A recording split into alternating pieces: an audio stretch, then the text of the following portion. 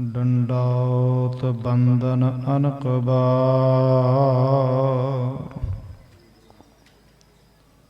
ਸਰਬ ਕਲਾ ਸਮਰੱਥ ਡੋਲਨ ਤੇ ਰਾਖੋ ਪ੍ਰਭੂ। ਨਾਨਕ ਦੇ ਕਰ ਹੱਥ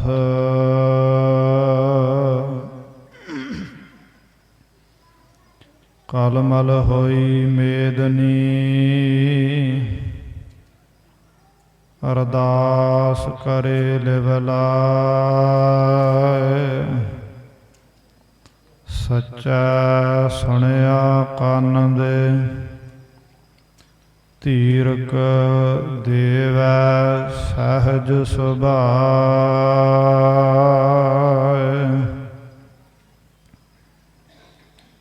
ਸਤਿਗੁਰ ਨਾਨਕ ਪ੍ਰਗਟਿਆ ਮਿਟੀ ਧੁੰਦ ਜਗ ਚਾਨਣ ਹੋਆ। ਜੋ ਕਲ ਸੂਰਜ ਨਿਕਲਿਆ ਤਾਰੇ ਛਪੇ ਅੰਧੇਰ ਪਲੋਆ। ਬਲਿਓ ਚਰਾਗ ਅੰਧਿਆਰ ਮਹ ਸਭ ਕਲ ਉਦਰੀ ਇਕ ਨਾਮ ਧਰਮ। ਪ੍ਰਗਟ ਸਗਲ ਹਰ ਭਵਨ ਮਹ ਜਨ ਨਾਨਕ ਗੁਰ ਪਾਰ ਬ੍ਰਹਮ। ਕਹਾ ਬੁੱਧ ਪ੍ਰਭ ਤੁਸ਼ ਹਮਾਰੀ ਬਰਨ ਸਕੈ ਮਹਿਮਾ ਜੋ ਤਿਹਾਰੀ। ਹਮ ਨਾ ਸਕਤ ਕਰ ਸਿਫਤ ਤੁਮਾਰੀ। ਆਪ ਲੇਹੁ ਤੁਮ ਕਥਾ ਸੁਧਾਰੀ। ਹਮ ਨਾ ਸਕਤ ਕਰ ਸਿਫਤ ਤੁਮਾਰੀ।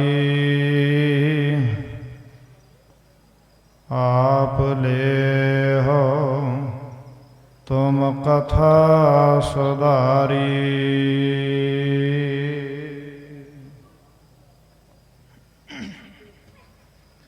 ਪਰਮ ਸਨਮਾਨਯੋਗ ਪੀਰਾਨ ਪੀਰ ਸਾਹਿਬੇ ਕਮਾਲ ਚਾਵਰ ਛਤਰ ਤਖਤ ਦੇ ਮਾਲਕ ਹਲਤ ਪਲਤ ਦੇ ਰਾਖੇ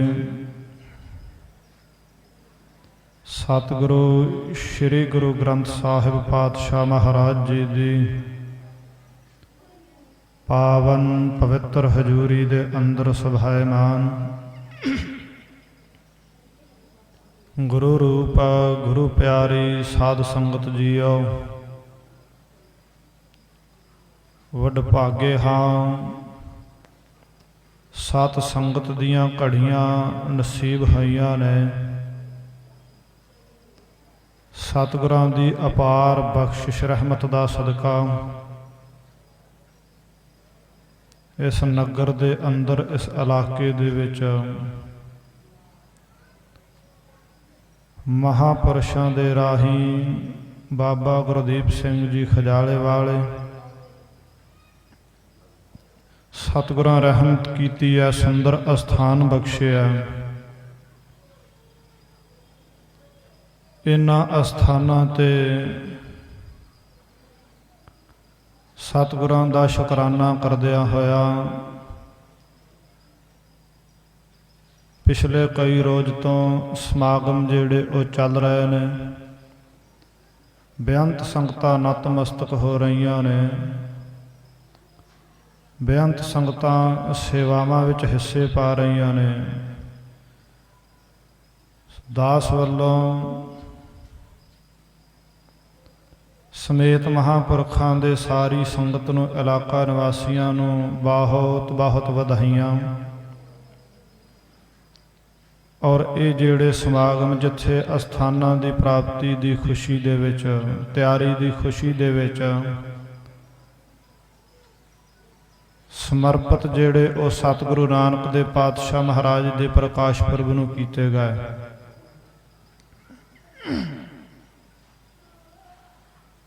ਦਾਸ ਤੋਂ ਪਹਿਲਾਂ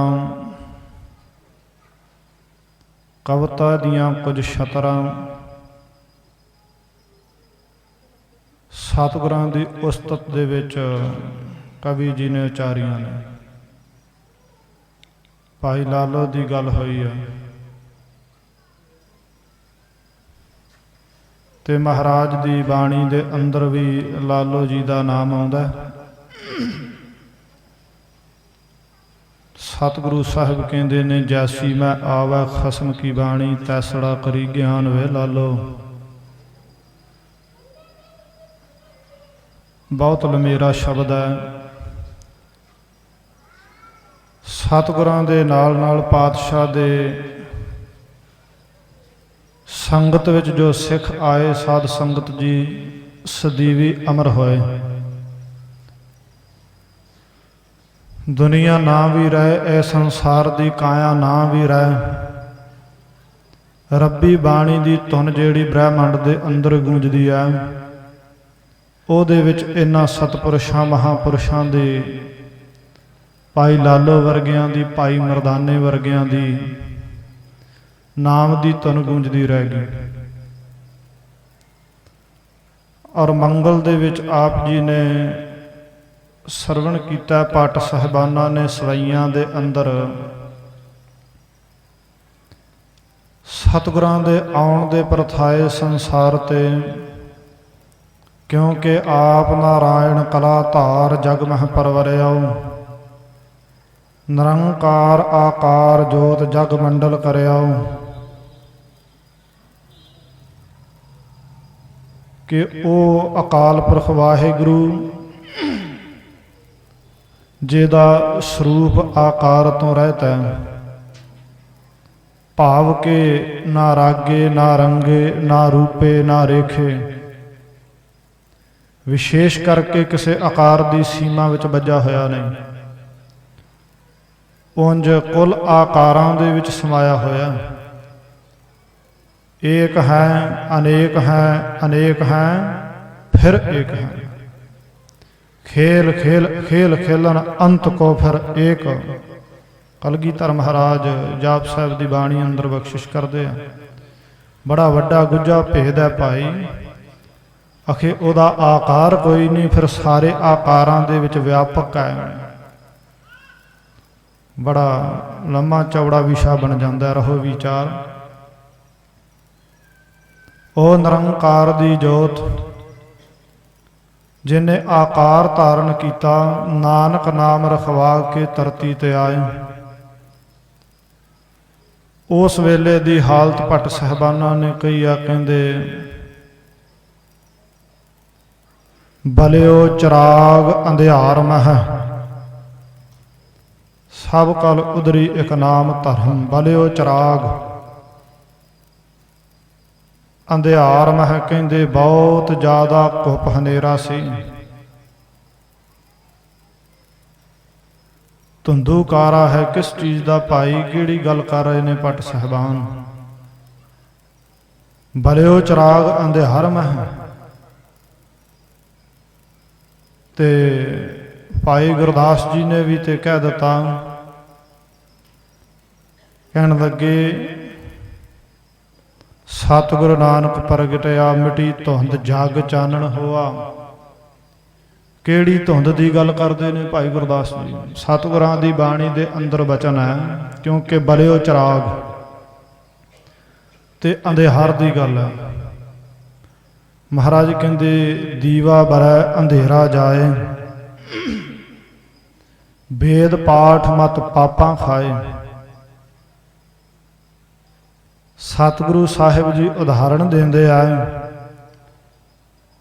ਗੁਰੂ ਨੂੰ, ਗੁਰੂ ਦੇ ਉਪਦੇਸ਼ ਨੂੰ ਪ੍ਰਗਟ ਰੂਪ ਦੇ ਵਿੱਚ ਕਹਿੰਦੇ ਉਸ ਦੀਪਕ ਦੀ ਨਿਆਈ ਆ, ਜਿਹੜਾ ਕੁੱਪ ਹਨੇਰੇ ਦੇ ਵਿੱਚ ਬਾਲ ਦਈਏ ਤੇ ਚੁਗਿਰਦੇ ਦਾ ਹਨੇਰਾ ਖਿੰਡ ਜਾਂਦਾ। जां समझना होए ते गल इउं है कि दीवा वो है, दीपक ओनू नियत किया जा सकता है, उहदे ते नरना किया जा सकता है। जिहदे प्रकाश हुंदियां सारी कहंदे चौगिरदे दा हनेरा खिंड जाए, ते जिहदे हुंदियां होया मौजूद हुंदियां चौगिरदे दा हनेरा ना खिंडे, ਉਹਦਾ ਵਜੂਦ ਕਹਿੰਦੇ ਬਹੁਤਾ ਮਾਇਨੇ ਨਹੀਂ ਰਖਾਉਂਦਾ, ਉਹਨੂੰ ਦੀਪਕ ਅਖਵਾਉਣ ਦਾ ਅਧਿਕਾਰ ਵੀ ਕੋਈ ਨਹੀਂ। ਸੋ ਇਸ ਕਰਕੇ ਸਤਿਗੁਰੂ ਨਾਨਕ ਦੇ ਪਾਤਸ਼ਾਹ ਮਹਾਰਾਜ ਬੜੇ ਪੀਰ ਪੈਗੰਬਰ ਅਵਤਾਰ ਔਲੀਏ ਰਿਸ਼ੀ ਮੁਨੀ ਆਏ, ਮੁਨੀਵਰ ਆਏ, ਪਰ ਜੇ ਸੱਚਮੁੱਚ ਗੁਰੂ ਪਦ ਕਿਸੇ ਨਾਲ ਪ੍ਰਚਲਿਤ ਹੋਇਆ ਤੇ ਸਤਿਗੁਰੂ ਨਾਨਕ ਦੇ ਪਾਤਸ਼ਾਹ ਮਹਾਰਾਜ ਦੇ ਨਾਲ।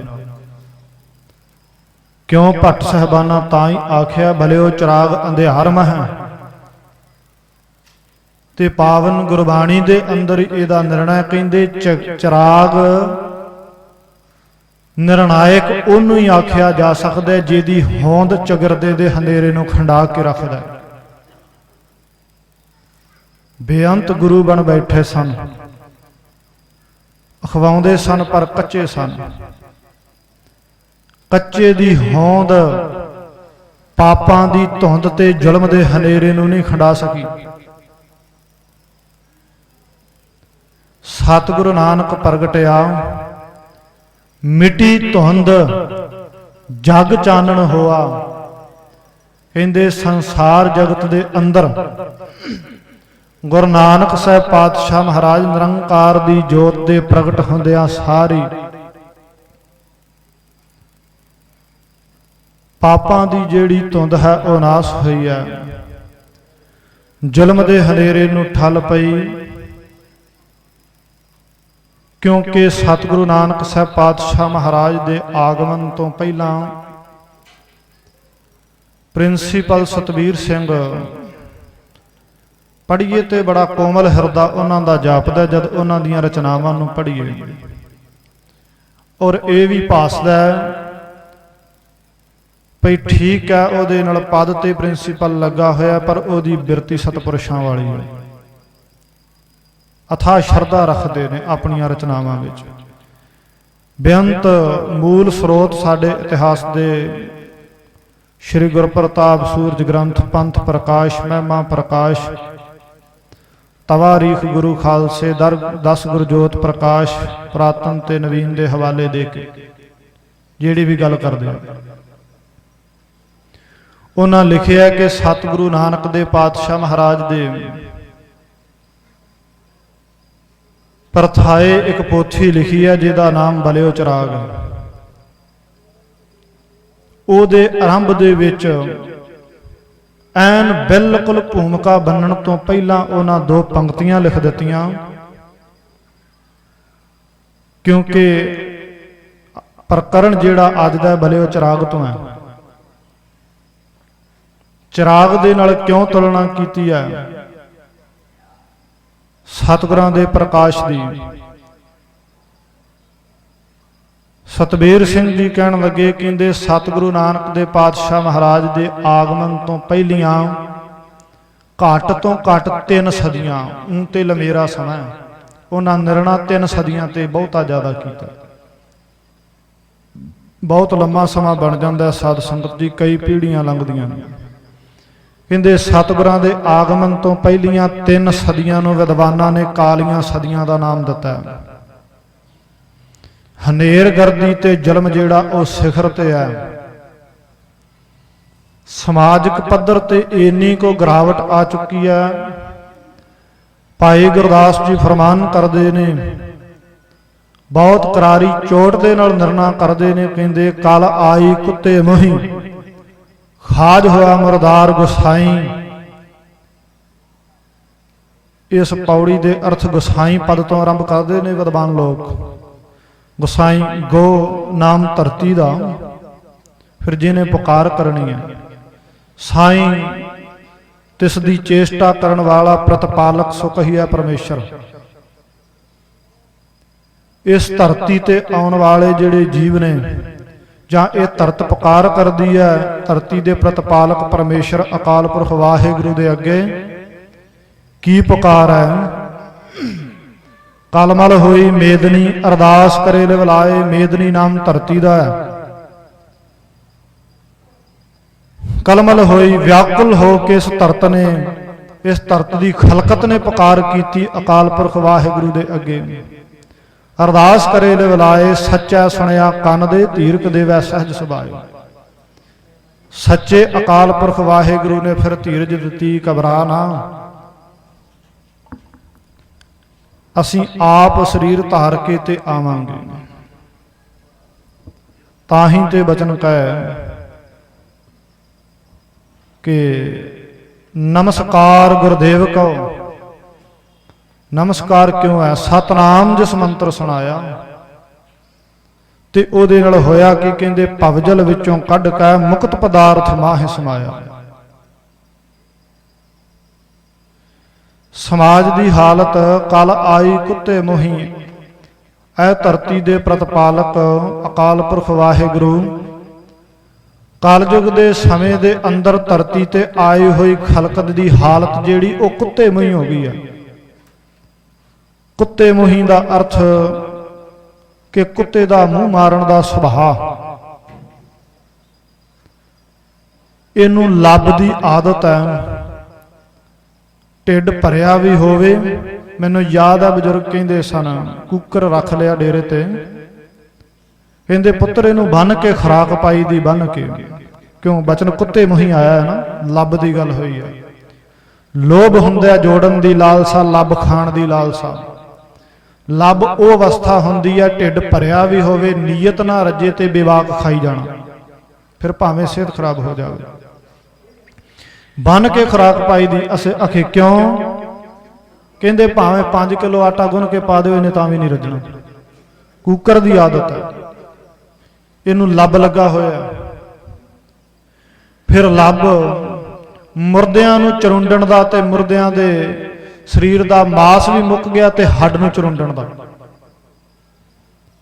भाई गुरदास जी कहंदे इसे प्रकार संसार की हालत है। कल आई कुत्ते मोही,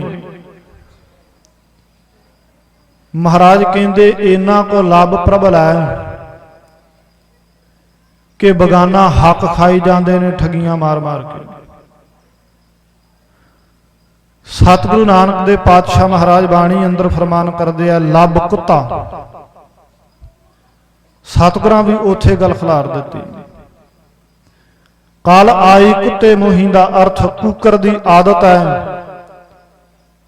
गंद नूं फरोलदा, गंदगी दे विच मूँह मारदा, मैल खांदा।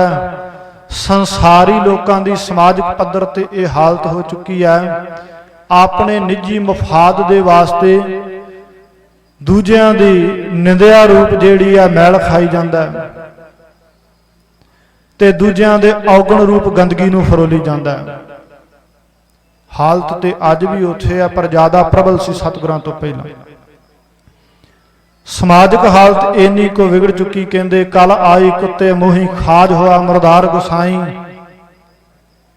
पराया हक खाना कहंदे मुर्दा खाण दे बराबर है। बड़े दावे करदा मैं ते मांस नहीं खांदा, शुद्ध शाकाहारियां। महाराज कहंदे केवल बारों नहीं, गल अंदर दी भी नाल चलनी है। अर्थ केवल अखरी नहीं, अंतरीब भी लैने पैंदे आ।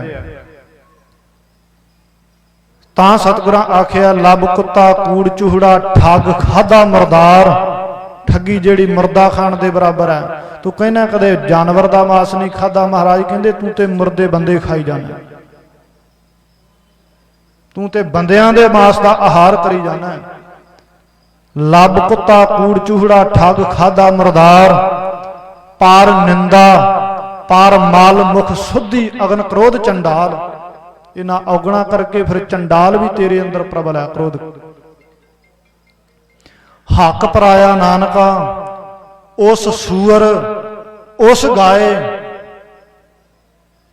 पराया हक दो धर्म प्रचलित सन उस वक्त, इस्लाम ਤੇ ਦੂਸਰਾ ਸਨਾਤਨ ਜਾਂ ਹਿੰਦੂ ਮਤ। ਉਹ ਗਊ ਦੇ ਮਾਸ ਨੂੰ ਪਾਪ ਮੰਨਦੇ, ਉਹ ਸੂਰ ਦੇ ਨੂੰ। ਮਹਾਰਾਜ ਦੋਨਾਂ ਤੇ ਚੋਟ ਕੀਤੀ ਤੇ ਇਹਦੇ ਰਾਹੀਂ ਸਿੱਖਿਆ ਸਾਨੂੰ ਵੀ ਦਿੱਤੀ ਆ। ਉਹ ਇਹ ਨਾ ਸਮਝੇ ਮਹਾਰਾਜ ਉਹਨਾਂ ਨੂੰ ਕਹਿ ਗਏ ਸਾਡੇ ਤਾਂ ਨਹੀਂ, ਪਰ ਥਾਏ ਸਾਖੀ ਮਹਾਂਪੁਰਖ ਬੋਲਦੇ ਸਾਂਝੀ ਸਗਲ ਜਹਾਨਾ। ਹੱਕ ਪਰਾਇਆ ਨਾਨਕਾ ਉਸ ਸੂਰ ਉਸ ਗਾਏ। ਮਹਾਰਾਜ ਕਹਿੰਦੇ ਗੁਰ ਪੀਰ ਹਾਮਾ ਤਾ ਭਰੇ, ਜਾਂ ਮੁਰਦਾਰ ਨਾ ਖਾਏ। ਮਹਾਰਾਜ ਕਹਿੰਦੇ ਪਰਾਇਆ ਹੱਕ ਖਾਣਾ ਮੁਰਦਾ ਖਾਣ ਦੇ ਬਰਾਬਰ ਹੈ। ਤੇ ਦਰਗਾਹ ਦੇ ਵਿੱਚ ਗੁਰੂ ਨਾਨਕ ਸਾਹਿਬ ਹਾਮੀ ਤਾਂ ਭਰਨਗੇ, ਬਾਂਹ ਤਾਂ ਫੜਨਗੇ। ਸਤਪੁਰਸ਼ ਦੀ ਕੀਤੀ ਹੋਈ ਸੰਗਤ ਉਹ ਵੀ ਗਵਾਹੀ ਤਾਂ ਦੇਗਾ, ਕਹਿੰਦੇ ਜੇ ਮੁਰਦਾਰ ਨਹੀਂ ਖਾਂਦਾ ਠੱਗੀ ਮਾਰ ਕੇ। ਤੇ ਸਤਪੁਰਸ਼ਾਂ ਦੀ ਸੰਗਤ ਦਾ ਮਤਲਬ ਤੇ ਇਹੋ ਹੀ ਹੁੰਦਾ ਕਿ ਸਾਂਝ ਕਰੀਜਾ ਗੁਣਾ ਕੇਰੀ ਛੋੜ ਅਵਗਣ ਚੱਲੀਐ। ਸਮਾਜਿਕ ਹਾਲਤ ਇਥੋਂ ਤੱਕ ਟੂਕ ਮਾਤਰ ਕੇਵਲ ਬੇਨਤੀ ਕੀਤੀ ਹੈ। ਇਹਦੇ ਸਮਾਨ ਅੰਤਰ ਰਾਜਸੀ ਹਾਲਤ ਇੰਨੀ ਵਿਗੜੀ, ਕਹਿੰਦੇ ਰਾਜੇ ਪਾਪ ਕਮਾਵੰਦੇ, ਉਲਟੀ ਵਾੜ ਖੇਤ ਕੋ ਖਾਈ। ਭਾਈ ਗੁਰਦਾਸ ਜੀ ਨੇ ਅਗਲੀ ਪੰਕਤੀ ਵਿੱਚ ਦੱਸ ਦਿੱਤਾ। ਸਾਧ ਸੰਗਤ ਜੀ ਫਸਲ ਬੀਜੀ ਆ ਤੇ ਕਿਸੇ ਖੇਤ ਨੂੰ ਵਾੜ ਦਿੱਤੀ ਹੋਵੇ, ਉਸ ਫਸਲ ਦੀ ਸੁਰੱਖਿਆ ਦੇ ਲਈ ਉਹ ਵਾੜ ਜਿਹਨੇ ਸੰਭਾਲ ਕਰਨੀ ਹੈ ਫਸਲ ਦੀ, ਜੇ ਉਹੀ ਉਜਾੜੇ ਦਾ ਕਾਰਨ ਬਣ ਜਾਏ ਤੇ ਹਾਲਤ ਕੈਸੀ ਹੋਵੇਗੀ। ਸਤਿਗੁਰੂ ਨਾਨਕ ਸਾਹਿਬ ਮਹਾਰਾਜ ਤੋਂ ਆਗਮਨ ਤੋਂ ਪਹਿਲਾਂ ਰਾਜਸੀ ਹਾਲਤ ਇੱਥੋਂ ਤੱਕ ਨਿੱਗਰ ਚੁੱਕੀ ਹੈ ਕਿ ਜਿਹੜੇ ਸਲਾਹਕਾਰ ਇੱਥੋਂ ਤੱਕ ਧਰਮੀ ਸਲਾਹਕਾਰ ਜਾਂ ਜਿਹੜੇ ਚੌਧਰੀ ਤੇ ਵਜ਼ੀਰ ਜਿਹਨਾਂ ਸੁਚੱਜਾ ਰਾਜ ਪ੍ਰਬੰਧ ਕਰਕੇ ਦੇਣਾ, ਉਹ ਚਾਪਲੂਸੀਆਂ ਵਿੱਚ ਰੱਖੇ ਹੋਏ ਨੇ। ਪਰਜਾ ਤੇ ਜ਼ੁਲਮ ਕਰਵਾਉਣਾ ਆਪ ਦੇ ਨਿੱਜੀ ਮਫਾਦਾਂ ਦੇ ਲਈ, ਵੱਡੀਆਂ ਲੈ ਲੈ ਕੇ ਤੇ ਹੱਕ ਗਵਾਈ ਜਾਣੇ। ਰਾਜਸੀ ਹਾਲਤ ਜ਼ੁਲਮ ਇੰਨਾ ਕੋ ਰਾਜ ਪੱਧਰ ਤੇ ਹੋ ਰਿਹਾ ਹੈ ਕਿ ਕਹਿੰਦੇ ਤੈਮੂਰ ਸ਼ਾਹ ਦਾ ਰਾਜ ਸੀ, ਇਹਨੇ ਭਰੇ ਦਰਬਾਰ ਦੇ ਅੰਦਰ ਜਿਉਂਦੇ ਮਨੁੱਖਾਂ ਨੂੰ ਖਿਲਾਰ ਕੇ ਹਿੰਦੂਆਂ ਨੂੰ ਕਿਉਂ ਇਸਲਾਮ ਕਬੂਲ ਕਰ ਲਓ, ਦੀਨ ਕਬੂਲ ਲਓ, ਨਹੀਂ ਕਬੂਲਦੇ ਤੇ ਜਿਉਂਦਿਆਂ ਦੀ ਖਿਲਾਰ ਕੇ ਤੇ ਖਲ ਉਦਾਰ ਦਿੱਤੀ ਦਰਬਾਰ ਦੇ ਅੰਦਰ।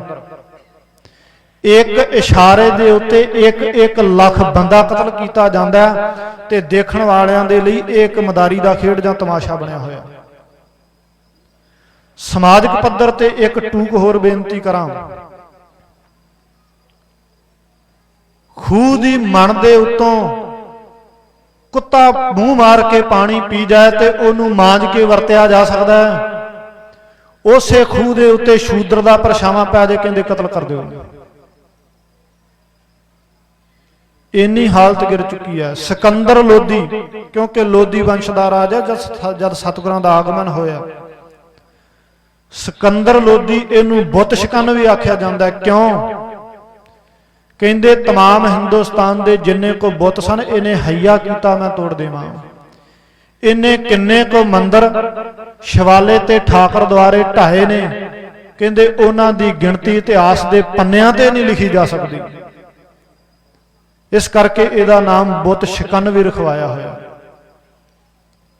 ਭਾਈ ਗੁਰਦਾਸ ਜੀ ਇਹਦੇ ਤੇ ਮੋਹਰ ਲਾਉਂਦੇ ਆ, ਕਹਿੰਦੇ ਠਾਕਰ ਦੁਆਰੇ ਢਾਹੇ ਕੈ ਤੇ ਠੌੜੀ ਮਾ ਸੀਤ ਉਸਾਰਾ, ਮਾਰਨ ਗਊ ਗਰੀਬ ਨੂੰ ਧਰਤੀ ਉੱਪਰ ਪਾਪ ਵਿਥਾਰਾ। ਐਸੀ ਹਾਲਤ ਹੋਈ ਹੈ। ਸਮਾਜਿਕ ਤੇ ਰਾਜਨੀਤਿਕ ਹਾਲਤ ਬਹੁਤ ਵਿਗੜੀ ਆ ਤੇ ਜਦ ਸਮਾਜ ਵਿਗੜ ਜਾਵੇ, ਰਾਜਨੀਤੀ ਕਾਬੂ ਵਿੱਚ ਨਾ ਰਹੇ ਤੇ ਇੱਕ ਰਾਹ ਬਣਦਾ ਧਰਮ ਦਾ ਪੱਲਾ ਫੜ ਲਓ। ਧਰਮੀ ਪੁਰਸ਼ ਜਿਹੜੇ ਨੇ ਉਹਨਾਂ ਕੋਲ ਵਿਦਵਾਨੀ ਹੁੰਦੀ ਆ, ਅਧਿਆਤਮ ਦੇ ਤਜਰਬੇ ਹੁੰਦੇ ਆ, ਉਹ ਸਿੱਖਿਆ ਦੇ ਕੇ ਰਾਜ ਸੱਤਾ ਤੇ ਬੈਠੇ ਹੁਕਮਰਾਨ ਨੂੰ ਵੀ ਸਮਝਾ ਸਕਦੇ ਆ, ਆਮ ਪ੍ਰਜਾ ਤੇ ਖਲਕਤ ਨੂੰ ਉਪਦੇਸ਼ ਦੇ ਸਕਦੇ ਆ। ਪਰ ਮਹਾਰਾਜ ਕਹਿੰਦੇ ਕਹਾਣੀ ਤੇ ਇੱਥੇ ਵੀ ਵਿਗੜੀ ਆ। ਕਿਵੇਂ ਕਾਦੀ ਕੂੜ ਬੋਲ ਮਲ ਖਾਏ, ਬਾਹਮਣ ਨਹਾਵੈ ਜੀਆ ਘਾਏ, ਜੋਗੀ ਜੁਗਤ ਨਾ ਜਾਣੈ ਅੰਧ, ਤੀਨੇ ਉਜਾੜੇ ਕਾ ਬੰਧ। ਕਹਿੰਦੇ ਤਿੰਨੇ ਹੀ ਸ੍ਰੇਸ਼ਟ ਮੰਨੇ ਗਏ ਸਮਾਜ ਨੂੰ ਸੇਧ ਦੇਣ ਵਾਲੇ, ਤੇ ਕਾਜੀ ਜਿਹੜੇ ਨੇ ਉਹ ਇਸਲਾਮਕ ਰਾਜਿਆਂ ਦੇ ਸ਼ਾਹੀ ਕਾਜੀ ਹੁੰਦੇ ਨੇ ਚੰਗੀ ਧਰਮ ਦੀ ਸਲਾਹ ਦੇਣ ਲਈ। ਰਾਜ ਪੰਡਤ ਹੁੰਦੇ ਨੇ ਰਾਜਪੂਤ ਰਾਜਿਆਂ ਦੇ, ਤੇ ਇਧਰ ਸਿੱਧਾਂ ਨੂੰ ਤੇ ਆਮ ਖਲਕਤ ਬਹੁਤ ਮੰਨਦੀ ਸੀ। ਮਹਾਰਾਜ ਕਹਿੰਦੇ ਤੀਨੇ ਉਜਾੜੇ ਕਾ ਬੰਦ,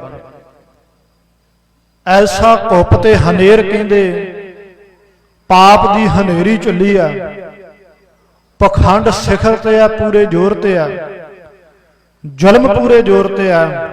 ਤਾਂ ਆਖਿਆ ਭੱਟ ਸਾਹਿਬਾਨਾਂ ਨੇ ਬਲਿਓ ਚਿਰਾਗ ਅੰਧਿਆਰ ਮਹਿ, ਸਭ ਕਲ ਉਦਰੀ ਇੱਕ ਨਾਮ ਧਰਮ। ਤੇ ਜਦ ਸਤਿਗੁਰੂ ਬਲਿਓ ਚਿਰਾਗ, ਇਹਦਾ ਪ੍ਰਮਾਣ ਸਾਧ ਸੰਗਤ ਜੀ ਨਾਨਕ ਪ੍ਰਕਾਸ਼ ਦੇ ਅੰਦਰ ਮਹਾਕਵੀ ਭਾਈ ਸੰਤੋਖ ਸਿੰਘ ਜੀ ਦੇ ਲਿਖੇ ਹੋਏ ਇਤਿਹਾਸ ਚੋਂ ਵੀ ਮਿਲਦਾ। ਜਦ ਪੰਡਤ ਹਰਦਿਆਲ ਜੀ ਪੱਤਰੀ ਲਿਖਣ ਲੱਗੇ ਨਾ, ਪੁੱਛਿਆ ਪੰਡਤ ਹਰਦਿਆਲ ਜੀ ਨੇ ਦਾਈ ਕਿਹੜੀ ਆ? ਕਹਿੰਦੇ ਦਾਈ ਦੌਲਤਾਂ ਸੀ। ਇਹ ਉਹ ਦਾਈ ਦੌਲਤਾਂ ਸੀ ਜਿਹਨੂੰ ਸੱਚਮੁੱਚ ਪਾਤਸ਼ਾਹ ਨੇ ਆਤਮਿਕ ਦੌਲਤ ਬਖਸ਼ ਦਿੱਤੀ ਹੈ, ਆਤਮਿਕ ਸੁਖ ਬਖਸ਼ਿਆ। ਕਹਿਣ ਲੱਗੇ ਮਾਤਾ 10 ਜਦ ਬਾਲਕ ਇਸ ਧਰਤੀ ਤੇ ਆਇਆ, ਇਸ ਦੁਨੀਆ ਵਿੱਚ ਆਇਆ, ਕੋਈ ਵਿਸ਼ੇਸ਼ ਘਟਨਾ ਹੋਈ ਹੋਵੇ, ਕਿਉਂ ਮੈਨੂੰ ਇਹਦਾ ਮਸਤਕ ਤੱਕ ਕੇ ਭਾਸਦਾ ਕਿ ਕੋਈ ਆਮ ਪੁਰਸ਼ ਨਹੀਂ ਹੈ। ਉਸ ਵਕਤ ਦਾਈ ਦੌਲਤਾਂ ਨੇ ਬਚਨ ਕਹਿਣ ਲੱਗੀ, ਕਹਿੰਦੀ ਜਿਸ ਕਮਰੇ ਦੇ ਵਿੱਚ ਇਹਨਾਂ ਦਾ ਆਗਮਨ ਆਉਣਾ ਹੋਇਆ, ਸਮਾਂ ਆਪ ਜਾਣਦੇ ਹੋ ਅੱਧੀ ਕੁ ਰਾਤ ਦਾ, ਉਸ ਕਮਰੇ ਦੇ ਵਿੱਚ 2 ਚਨੁਕਰੇ ਦੀਵੇ ਜਗਦੇ ਸਨ। ਚਨੁਕਰੇ ਦੀਵੇ ਭਾਵ 4 ਨੁਕਰਾਂ ਤੇ ਬੱਤੀ ਜਗਦੀ ਆ। ਬਜ਼ੁਰਗਾਂ ਦੇਖੇ, ਅਗਲੀ ਪੀੜ੍ਹੀ ਨੂੰ ਨਹੀਂ ਪਤਾ। 8 ਬੱਤੀਆਂ ਉਸ ਕਮਰੇ ਵਿੱਚ ਜਗਦੀਆਂ ਸਨ, ਬਹੁਤ ਰੌਸ਼ਨੀ ਸੀ। ਪਰ ਕਹਿੰਦੀ ਜਦੋਂ ਇਹਦਾ ਆਉਣਾ ਹੋਇਆ, ਉਸ ਵਕਤ ਉਹਨਾਂ 8 ਬੱਤੀਆਂ ਦੀ ਲੋ ਮੱਧਮ ਪੈ ਗਈ। ਇੰਨਾ ਕੋ ਪ੍ਰਕਾਸ਼ ਹੋਇਆ ਜਿਵੇਂ ਕਰੋੜਾਂ ਸੂਰਜਾਂ ਦੀ ਰੌਸ਼ਨੀ ਮੇਰੀਆਂ ਅੱਖਾਂ ਸਾਹਮਣੇ ਆ ਗਈ ਹੋਵੇ। ਬਲਿਓ ਚਿਰਾਗ ਅੰਧਿਆਰ ਮਹਿ। ਸਤਿਗੁਰਾਂ ਦੀ ਬਾਣੀ ਪ੍ਰਤੱਖ ਰੂਪ ਵਿੱਚ ਵੀ ਅਰਥ ਸਪਸ਼ਟ ਕਰਦੀ ਹੈ ਤੇ ਅੰਤਰੇਵ ਵੀ। ਦਾਈ ਦੌਲਤਾਂ ਨੇ ਬਚਨ ਕਹਿੰਦੀ ਦੂਜੀ ਵੱਡੀ ਘਟਨਾ ਜਿਹੜੀ ਅਸਚਰਜਤਾਈ ਵਾਲੀ, ਮੇਰੇ ਇਹਨਾਂ ਹੱਥਾਂ ਵਿੱਚ ਅਨੇਕਾਂ ਬਾਲਕਾਂ ਨੇ ਜਨਮ ਲਿਆ, ਪਰ ਇਹ ਕੋਈ ਚਮਤਕਾਰੀ ਪੁਰਸ਼ ਜਾਪਦਾ। ਇੱਕ ਤੇ ਘਟਨਾ ਇਹ, ਤੇ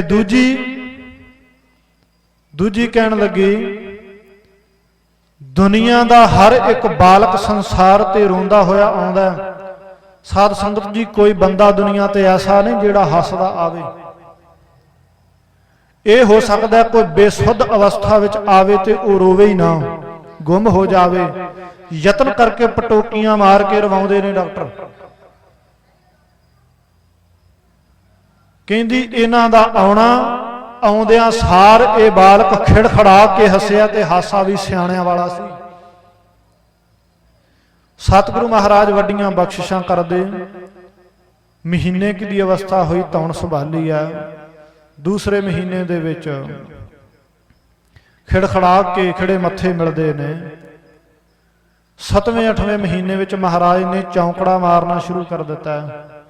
ਮਾਤਾ ਲੱਤਾਂ ਸਿੱਧੀਆਂ ਕਰਦੀ, ਬਾਲਕ ਦੀਆਂ ਲੱਤਾਂ ਵਿੰਗੀਆਂ ਨਾ ਹੋ ਜਾਣ। ਅੱਜ ਵੀ ਅਸੀਂ ਕਰਦੇ ਹਾਂ। ਜਿੰਨਾ ਚਿਰ ਮਾਤਾ ਪਕੜਦੀ ਹੈ ਠੀਕ ਹੈ, ਫਿਰ ਉੱਥੇ ਲੈ ਜਾਂਦੇ ਨੇ। ਪਿਛਲੀ ਰਾਤ ਜਾਗਣਾ ਸ਼ੁਰੂ ਕਰ ਦਿੱਤਾ। ਅਬੋਲ ਅਵਸਥਾ ਦੇ ਵਿੱਚ ਮਾਤਾ ਪਿਤਾ ਦੀ ਅੰਮ੍ਰਿਤ ਵੇਲਾ ਸੰਭਾਲਣ ਦੀ ਆਦਤ ਬਣਾ ਦਿੱਤੀ ਹੈ। ਦੱਸ ਦਿੱਤਾ ਕਿ ਅੰਮ੍ਰਿਤ ਵੇਲਾ ਬਹੁਤ ਜ਼ਰੂਰੀ ਹੈ, ਇਹਨੂੰ ਸੰਭਾਲਣਾ ਚਾਹੀਦਾ ਹੈ। ਇਹ ਸਤਿਗੁਰੂ ਨਾਨਕ ਦੇਵ ਮਹਾਰਾਜ ਦੇ ਅਬੋਲ ਸਰੀਰ ਦੀ ਅਬੋਲ ਅਵਸਥਾ ਦੇ ਵਿੱਚ ਦਿੱਤੀਆਂ ਹੋਈਆਂ ਸਿੱਖਿਆਵਾਂ ਨੇ। ਬਲਿਓ ਚਿਰਾਗ ਅੰਧਿਆਰ ਮਹਿ। ਸਾਧ ਸੰਗਤ ਜੀ, ਬੜਾ ਵੱਡਾ ਸੰਸਾਰ ਨੂੰ ਭਰਮ ਦਾ ਹਨੇਰਾ ਸੀ। ਪਖੰਡੀ ਗੁਰੂ ਬਹਿ ਗਏ ਸਨ। ਕੇਵਲ 2 ਮਿੰਟ ਦਾ ਸਮਾਂ ਬਾਕੀ ਆ। ਮੈਂ ਬੇਨਤੀ ਕਰ ਜਾਵਾਂ, ਥੋੜਾ ਜਿਹਾ ਪ੍ਰਕਰਣ ਹੋਰ ਸਪਸ਼ਟ ਹੋਏਗਾ।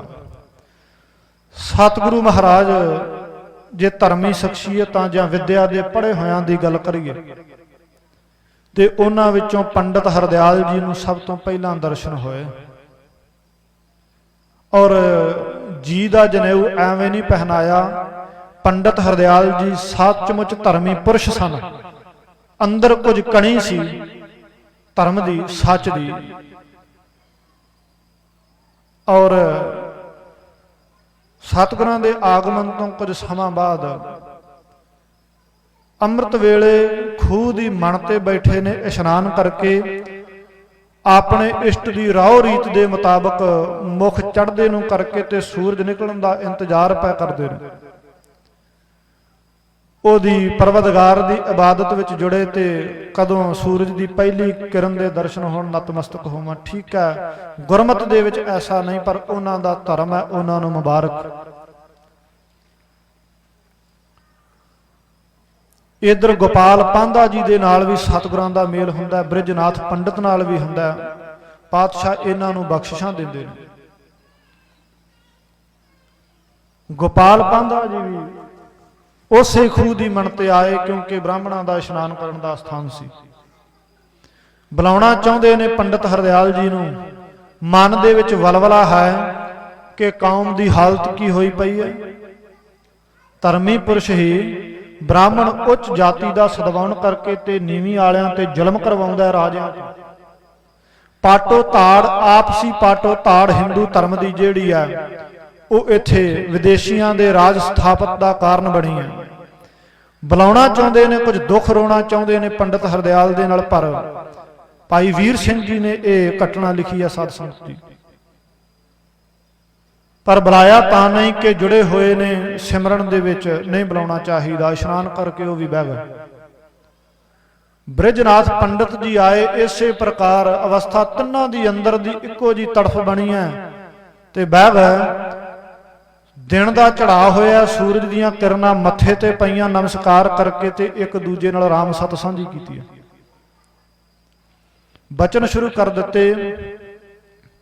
आपो अपने ਇਹ ਜਿਹੜੀ ਕੌਮੀ ਦਰਦ ਆਪੋ ਆਪਣੇ ਸੀਨੇ ਵਿੱਚ ਸਮਾਇਆ ਹੋਇਆ ਉਹਦਾ ਜ਼ਿਕਰ ਇੱਕ ਦੂਜੇ ਨਾਲ ਕੀਤਾ। ਆਖਰ ਪੰਡਿਤ ਹਰਦਿਆਲ ਜੀ ਕਹਿਣ ਲੱਗੇ, ਕਹਿੰਦੇ ਭਾਈ ਮੇਰੀ ਪੜ੍ਹੀ ਹੋਈ ਵਿਦਿਆ ਦਾ ਅਨੁਭਵ ਮੈਨੂੰ ਇਹ ਦਰਸਾਉਂਦਾ ਕਿ ਇਸ ਤਲਵੰਡੀ ਦੇ ਨੇੜੇ ਤੇੜੇ ਦੇ ਇਸ ਇਲਾਕੇ ਦੇ ਵਿੱਚ ਉਹ ਅਵਤਾਰੀ ਪੁਰਸ਼ ਅਵਤਾਰ ਧਾਰਨ ਕਰ ਚੁੱਕਾ। ਮੈਂ ਜੋ ਧਰਮ ਗ੍ਰੰਥਾਂ ਨੂੰ ਕੋਖਿਆ ਤੇ ਪੜ੍ਹਿਆ ਉਹਦੇ ਮੁਤਾਬਕ ਅੱਜ ਮਨ ਬਹੁਤ ਤੜਫ ਦੇ ਵਿੱਚ ਸੀ, ਪਰ ਜਦ ਰਾਮ ਦੀ ਯਾਦ ਵਿੱਚ ਜੁੜਿਆ ਨਾ, ਇੱਕ ਨਵੇਕਲੀ ਜਿਹੀ ਖੁਸ਼ਬੂ ਹਵਾਵਾਂ ਤੇ ਫਿਜ਼ਾਵਾਂ ਦੇ ਵਿੱਚੋਂ ਆਈ ਹੈ। ਪੰਛੀਆਂ ਦੇ ਬੋਲਣ ਦੀ ਚਹਿਚਹਾਹਟ, ਹਵਾ ਖਹਿ ਕੇ ਲੰਘਦੀ ਪੱਤਿਆਂ ਦੇ ਨਾਲ ਰੁੱਖਾਂ ਦੇ, ਤੇ ਉਹਨਾਂ ਦੀ ਥਰਥਰਾਹਟ ਦੇ ਵਿੱਚੋਂ ਰਾਮ ਦਾ ਨਾਮ ਸੁਣਦਾ। ਇਹ ਅਨੁਭਵ ਆਮ ਸਮੇਂ ਨਹੀਂ ਹੁੰਦੇ। ਇਹਨਾਂ ਦੀ ਇਸ ਲੜੀ ਨੂੰ ਜੋੜਦਿਆਂ ਬ੍ਰਿਜਨਾਥ ਪੰਡਿਤ ਬੋਲਿਆ, ਕਹਿੰਦਾ ਮੈਂ ਬਹੁਤਾ ਤੇ ਜੋਤਿਸ਼ ਬਾਰੇ ਨਹੀਂ ਜਾਣਦਾ, ਬਹੁਤਾ ਤੇ ਜ਼ਿਆਦਾ ਨਹੀਂ ਧਰਮ ਦੇ ਗ੍ਰੰਥਾਂ ਨੂੰ ਪੜ੍ਹਿਆ, ਪਰ ਜਿੰਨੀ ਕੋ ਵਿਦਿਆ ਮੈਂ ਪੜ੍ਹਿਆ ਹੋਇਆ ਉਹਦੇ ਮੁਤਾਬਕ ਮੈਂ ਇਹ ਪੜ੍ਹਿਆ ਕਿ ਜਦ ਕੋਈ ਕਿਸੇ ਅਵਤਾਰੀ ਪੁਰਸ਼ ਨੇ ਇਸ ਧਰਤ ਤੇ ਆਉਣਾ ਹੁੰਦਾ ਜਾਂ ਆਗਮਨ ਹੋ ਜਾਂਦਾ, ਉਦੋਂ ਤੋਂ ਜਿਹੜੀਆਂ ਰੁੱਤਾਂ ਬਦਲਣੀਆਂ ਧਰਤੀ ਦੀਆਂ ਉਸ ਇਲਾਕੇ ਦੀਆਂ ਸਥਿਰ ਹੋ ਜਾਂਦੀਆਂ ਨੇ। ਸੰਗਤ ਜੀ ਆਪਾਂ ਨੋਟ ਨਹੀਂ ਕਰਦੇ, ਪੁਰਾਣੇ ਬਜ਼ੁਰਗ ਕਿਆ ਕਰਦੇ ਸਨ ਕਿ ਰੁੱਤਾਂ ਦਾ ਆਉਣਾ ਜਾਣਾ, ਬਦਲਾਅ ਵਾਤਾਵਰਣ ਦਾ ਸਥਿਰ ਨਹੀਂ, ਅਣਸੁਖਾਵੀਆਂ ਘਟਨਾਵਾਂ ਵਾਪਰਨਗੀਆਂ ਕੁਦਰਤ ਦੇ ਅੰਦਰ। ਅੰਦਾਜ਼ੇ ਸਨ ਆਪੋ ਆਪਣੇ ਸਤਪੁਰਸ਼ਾਂ ਦੇ। ਬ੍ਰਿਜਨਾਥ ਪੰਡਿਤ ਨੇ ਇਹ ਗੱਲ ਕਹੀ, ਕਹਿੰਦਾ ਪਿਛਲੇ ਕੁਝ ਸਮੇਂ ਤੋਂ ਰੁੱਤਾਂ ਆਪਣੇ ਸਮੇਂ ਨਾਲ ਬਦਲਦੀਆਂ ਨੇ। ਭਾਈ ਵੀਰ ਸਿੰਘ ਜੀ ਲਿਖਦੇ ਆ, ਇਹਦਾ ਮਤਲਬ ਹੈ ਕਿ ਕਿਸੇ ਅਵਤਾਰੀ ਪੁਰਸ਼ ਦਾ ਆਗਮਨ ਹੋ ਚੁੱਕਾ ਇਸ ਧਰਤ ਨੂੰ ਠੱਲ ਪਾਉਣ ਦੇ ਲਈ, ਜ਼ੁਲਮ ਨੂੰ ਠੱਲ ਪਾਉਣ ਦੇ ਲਈ। ਤੇ ਉਥੇ ਗੋਪਾਲ ਪਾਂਧਾ ਜੀ ਬੋਲੇ, ਕਹਿੰਦੇ ਮੈਨੂੰ ਤੇ ਇਉਂ ਜਾਪਦਾ ਉਹ ਆਪਣੇ ਪਟਵਾਰੀ ਦਾ ਪੁੱਤਰ ਹੀ ਆ। ਪੰਡਿਤ ਹਰਦਿਆਲ ਜੀ ਕਹਿਣ ਲੱਗੇ, ਕਹਿੰਦੇ ਮੇਰੇ ਦਿਲ ਦੀ ਗੱਲ ਕਹਿ ਦਿੱਤੀ, ਸੱਚਮੁੱਚ ਉਹ ਅਕਾਲ ਪੁਰਖ ਵਾਹਿਗੁਰੂ ਦਾ ਆਪਣਾ ਰੂਪ ਹੈ, ਹਰੀ ਦਾ ਪਰਮਾਤਮਾ ਦਾ ਆਪਣਾ ਰੂਪ ਹੈ। ਐਸੀ ਸ਼ਖਸੀਅਤ ਨੂੰ ਇਹਨਾਂ ਧਰਮ ਦੇ ਉੱਚ ਕੋਟੀ ਦੇ ਪੁਰਸ਼ਾਂ ਨੇ ਆਉਂਦਿਆਂ ਪਛਾਣ ਲਿਆ ਸੀ।